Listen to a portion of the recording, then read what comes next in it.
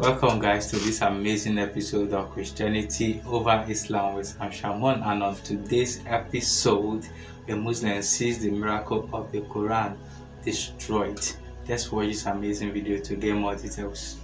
Before you move on, you understand that the Islamic view of dictation creates problems for them, because if the Quran is divinely dictated, where Muhammad's personality is not incorporated, that creates a host of problems, because the Quran is full of ambiguities, inconsistencies, contradictions. And ask any scholar of the Arabic language who's not a Muslim, because many Muslims will cover up the fact that I understand. Are there Arabic incongruities where the Arabic is imperfect or inaccurate? Grammatical mistakes. They'll tell you this. There's over 100. So that either means Allah cannot speak Arabic, because remember, it's divinely dictated, or it's not divine dictation. It's simply a production of an imperfect Arab who spoke Arabic imperfectly and wrote Arabic imperfectly. For example, there was a scholar of Arabic named Ali Dashti, an Iranian, who wrote a book, but it was published after his death. Muhammad, 23 years. I have clips from him where he says, and he knew Arabic, he talks about the ambiguities,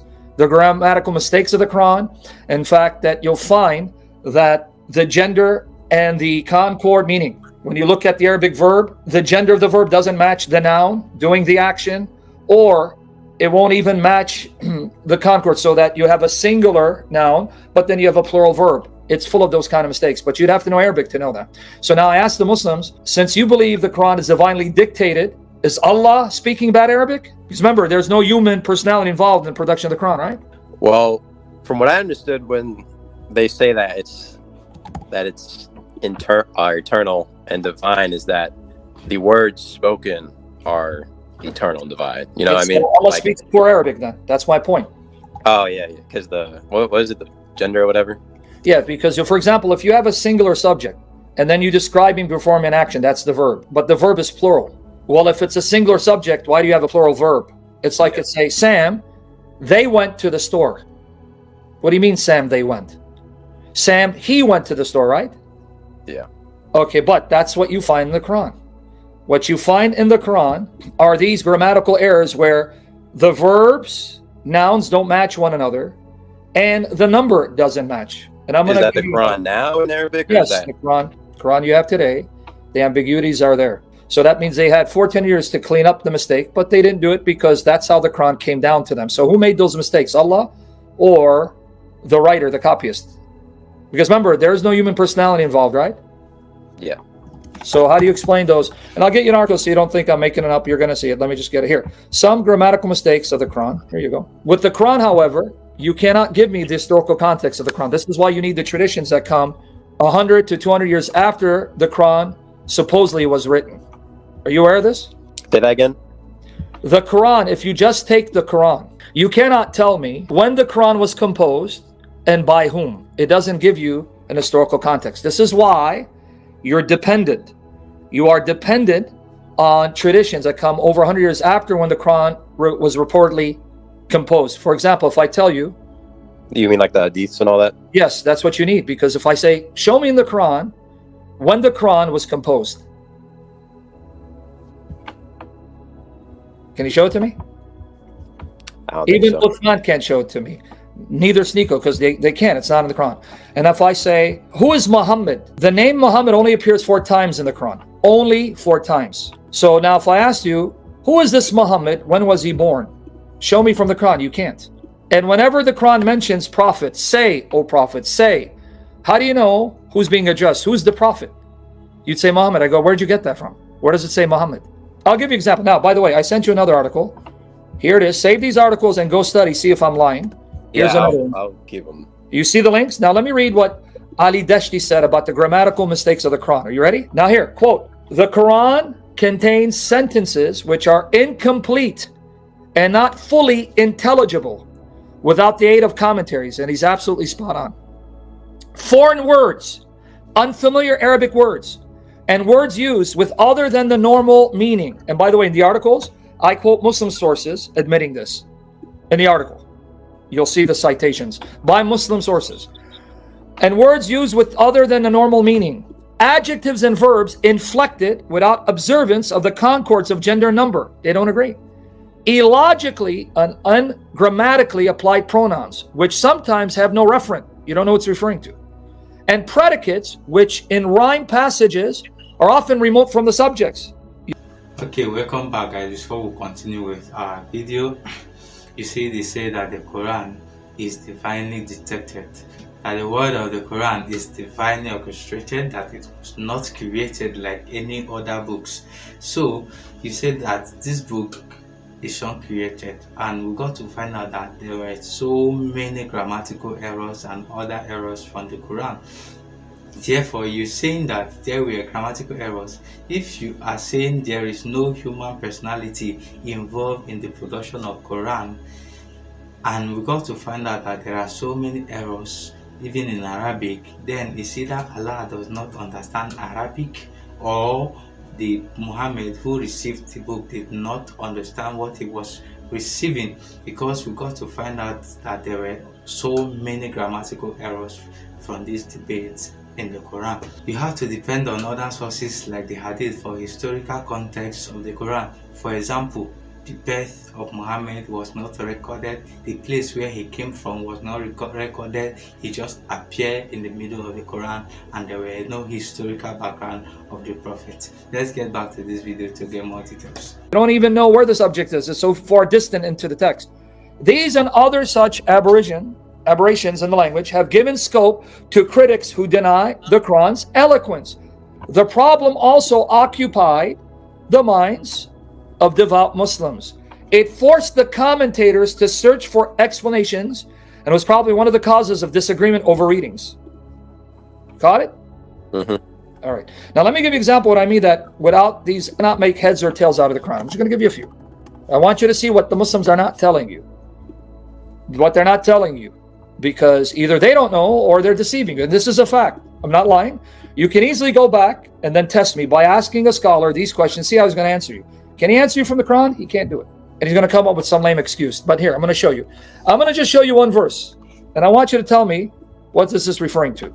Chapter 17, verse 1. Glorified be he who carried his servant by night from the inviolable place of worship to the far distant place of worship, the neighborhood whereof we have blessed, that we might show him of our token. Lo, only he is the hearer and the seer. Now, this says inviolable place of worship. Well, it says masjid, mosque. So if I asked you, it says glorified be he who carried his servant. Who's the servant? I mean, I assume Muhammad, but I guess there's no context. Prove it. So this is what I would say to Uthman Sneeko. Prove it. Show me it's Muhammad. Show me it's Muhammad. Open up the chapter, read the entire chapter, show me it's Muhammad. Secondly, just from the Quran, where is the inviolable place of worship? Masjid al-Haram. From the Quran, show me where this place is. They'll tell you, oh, it's Kaaba, Mecca. Where do you see that in the verse? Where does the verse say Mecca or Kaaba? Where'd you get that from? And then he was taken to the far distant place of worship. Where is the far distant place of worship? Distant place from what location? You can't answer that, can you? Because the Quran has no context. Even when it tells you Muhammad, who's this Muhammad? When was he born? Where did he minister? The Quran is a joke. The real miracle is that people think the Quran is a miracle. This is why they're always quoting to you hadiths, narrations, because they can't give you this information from the Quran. I'll give you one more example, then you can ask questions. But these are things they're not going to tell you. Chapter 111. Perish the hands of Abu Lahab. Notice, the man's name is Abu Lahab. Perish the hands of Abu Lahab. Not will avail him his wealth and what he earned. His wealth won't avail him. He will be burnt in a fire of blazing flames, and his wife, the carrier of firewood, in her neck will be a rope of palm fiber. Who's Abu Lahab? Who is he?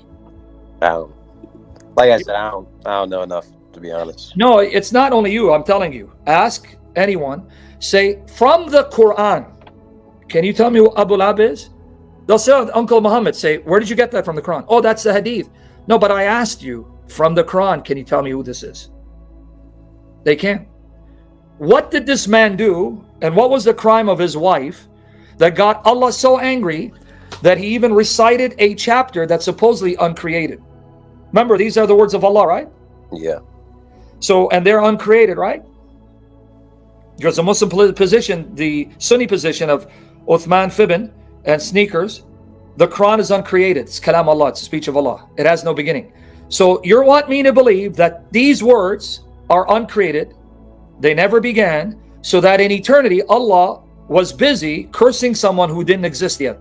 Okay guys, so welcome back. That was a very fascinating debate from Shamoun right there. Remember that the Quran, they claim that the Quran is self-explanatory and the Quran is uncreated word of God. And so, being that there should not be any grammatical error, there should not be any error or contradiction found in the Quran. And we got to find out that the Quran is not self-explanatory, that the Quran can call the name of somebody, not attaching the parent's name to it, like the one Shamoun cited. We don't know who the person is, we don't know where he's from, we don't know about him. The Quran just call the name in the middle and we don't know who and what context is the person talking from. And also that there were also grammatical errors, spellings, and other the use of verb and pronouns in the Quran, that it was grammatically captured in error.